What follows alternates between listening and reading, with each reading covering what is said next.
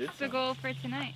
So we're trying to build our pig paddocks. The pigs have gotten fence trained in here in this 50 by 50 pen, and we are trying to set up pig paddocks down here on this lane that goes, this wood lot that goes through here. So we're running it in approximately 25 to 3,000 square foot paddocks that they'll be on for 7 to 10 days. I haven't actually been over here in a while, and I know we haven't shown you guys the pigs in a while. They're getting pretty big.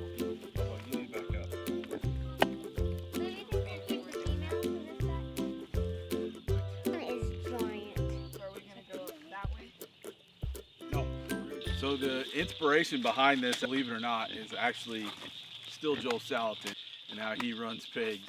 It seems like a really interesting model to follow, running pigs, letting pigs be pigs in the woods is something that we kind of were interested in, and we were really concerned about the impacts of pigs to our land, and but then reading about managing pigs the way we're wanting to, or that we're planning on managing them, kind of encourages me a little bit to make me believe that we can definitely do what we want to do with pigs. I think me and Jesse both are a little nervous about this. I think Jesse a little bit more than me. Obviously last year we had our pigs get out and they escaped. They were gone for 3 weeks. This fence is not a barrier fence. It's not a physical barrier fence, but it still won't be 100% pig escape proof like the pen we built up there. And last year our pigs didn't escape our electric fence. They actually escaped their permanent pen. Here they're going to be moved regularly at fresh ground every week to explore, to go through. Yeah, I am a little bit nervous. Maybe a bit nervous about putting these pigs out here, because this time it's not just our pigs that are gonna stay in or not. It's other people's pigs that we're raising them for, and so it's just a lot of, I don't know, a lot of responsibility. I think it'll work if you say it'll work, because you know more about it than I do, but it still makes me a little bit nervous.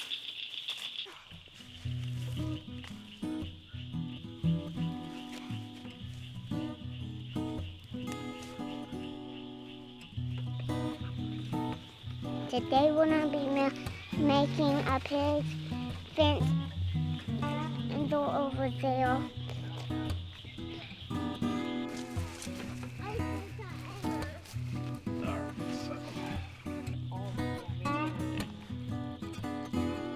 Meal. What? I got now You cut down those trees? Yeah. Whoa.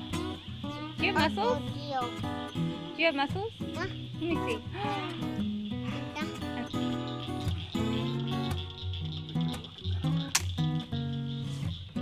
What I'm standing in right now was the experiment on pigs.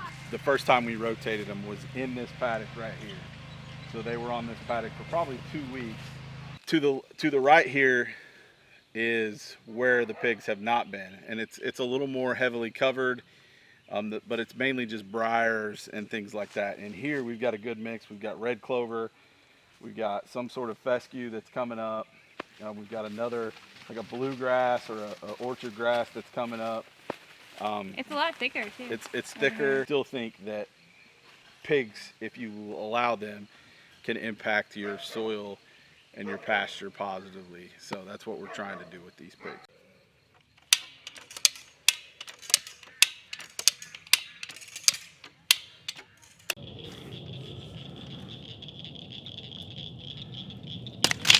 Watch yourself, babe.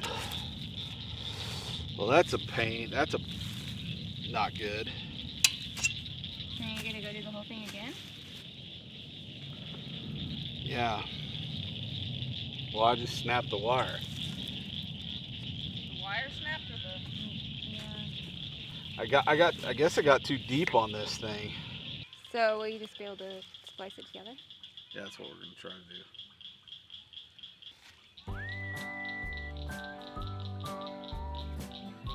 So go to the front, because that's what I did. I went too deep. Nope, you're too deep. Go to the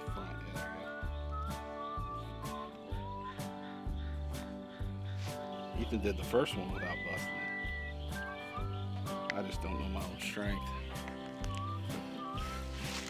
Good job, dude. All right, take two. Yeah, take two. See if we can get this one right.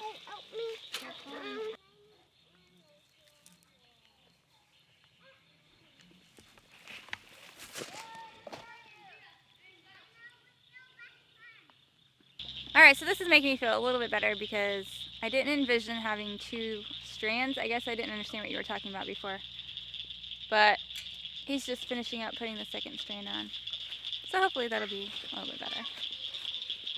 These first two wires are about 6 to 8 inches off the ground, and the second wire is about 8 to 12 inches off the ground in most spots. Now it's a little high down here because this is coming off a pretty steep hill. So we may do something to kind of deter them from coming down here, set something in place. I don't know. We'll just have to see. This will be the spot that we have to weed eat all year long. We'll come through here with a weed eater, and we'll have to keep the weeds knocked down. Now you saw earlier, I don't know if you could see in their pen, the pigs go along where the electric fence is, and they nuzzle the dirt up right around where on their perimeter. And so one of the things that you always hear about pigs is, well, pigs cause erosion and all that. And as with any animal, if they're doing something to your land, there's a reason for that. So with electric fences, they put that little, it's like a little terrace.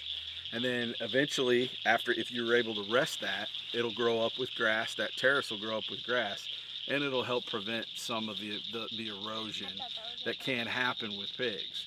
Are they doing that because the fence is there? Yeah, pigs are they're very curious, but they're also very intelligent. So they know, at least my experience with pigs, they're very intelligent. So they know that is a kind of they make their own little barrier, and that they'll get right up to it. But pigs also can't see very good. They can look at the ground and what's right in front of their nose, but they can't see what's maybe slightly above them or things like that. So that barrier there is there for them to know that, hey, that's the end of my spot. So we're gonna wrap it up tonight. I'm very thankful for all the good help that I've got around here. Couldn't get this done without it. We're excited to add this infrastructure. So we're gonna get off here tonight. Thanks for coming along with us. We'll see you next time, guys. Bye.